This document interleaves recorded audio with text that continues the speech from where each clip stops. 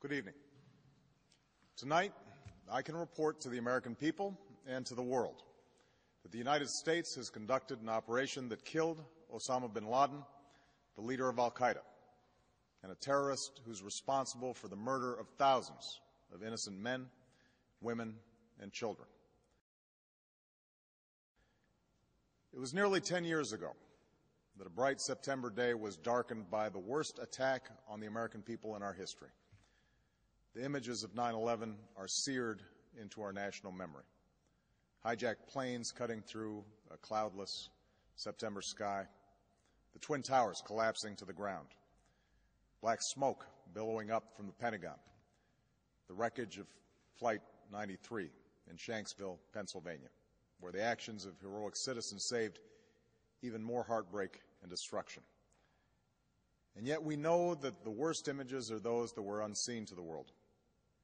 The empty seat at the dinner table, children who were forced to grow up without their mother or their father, parents who would never know the feeling of their child's embrace, nearly 3,000 citizens taken from us, leaving a gaping hole in our hearts.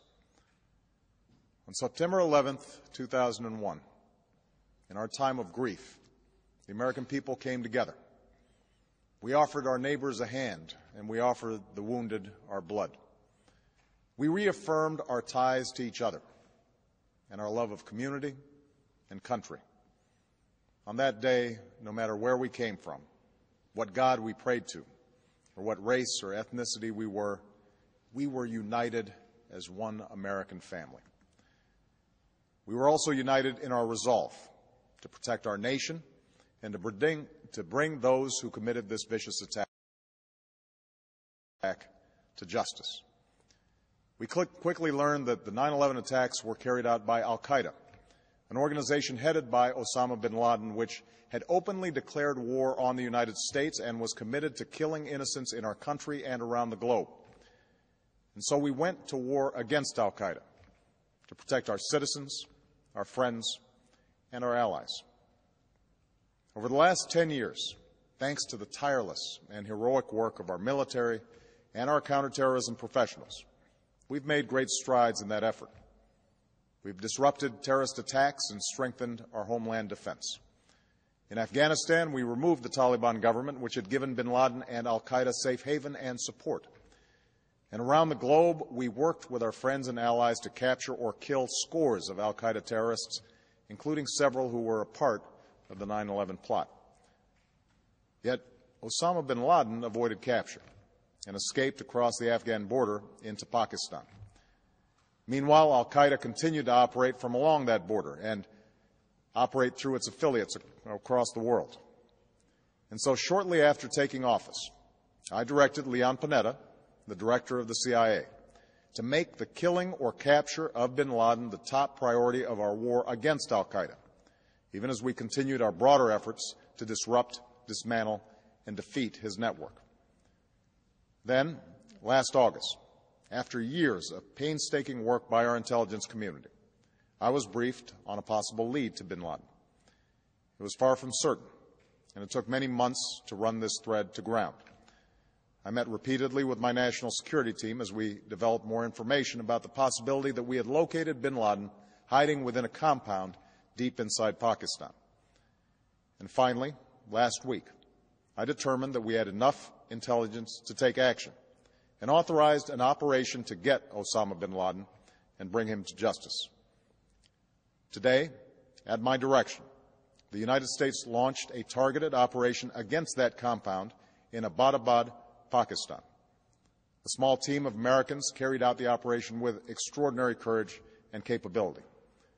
No Americans were harmed. They took care to avoid civilian casualties.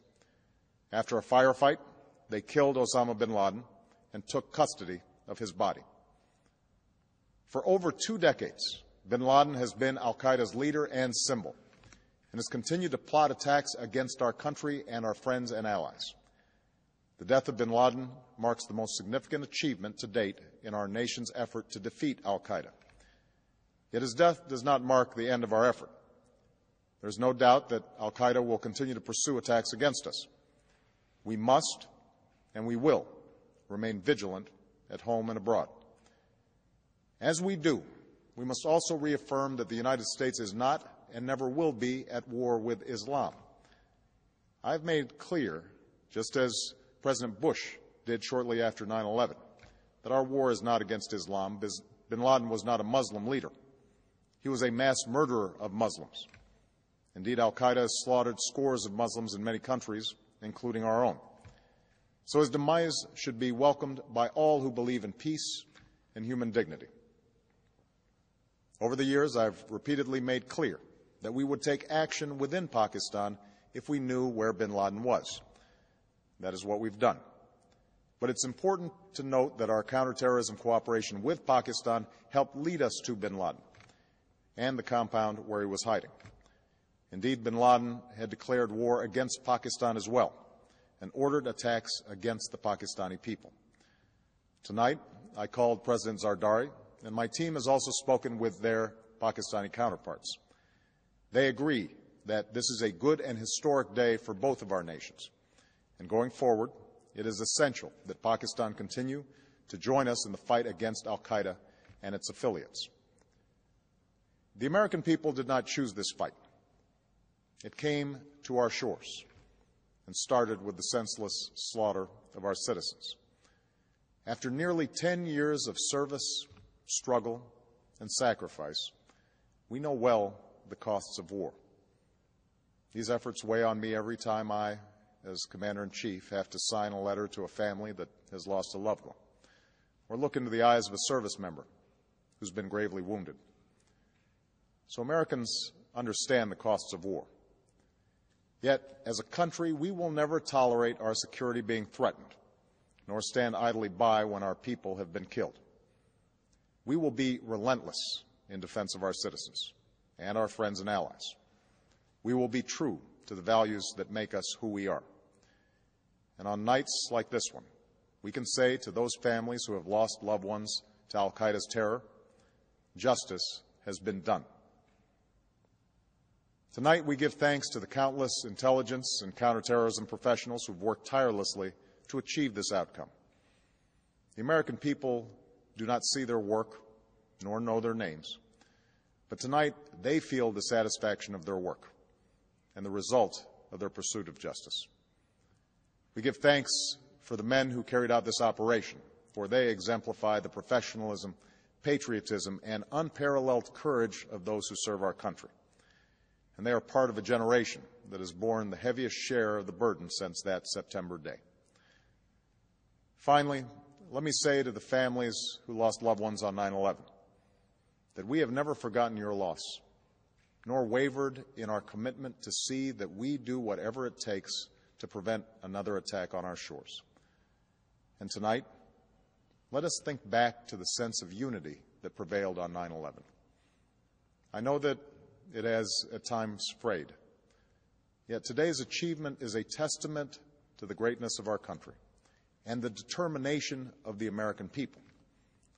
The cause of securing our country is not complete, but tonight we are once again reminded that America can do whatever we set our mind to.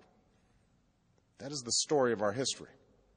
Whether it's the pursuit of prosperity for our people or the struggle for equality for all our citizens, our commitment to stand up for our values abroad, and our sacrifices to make the world a safer place. Let us remember that we can do these things not just because of wealth or power, but because of who we are. One nation, under God, indivisible, with liberty and justice for all. Thank you. May God bless you. And may God bless the United States of America.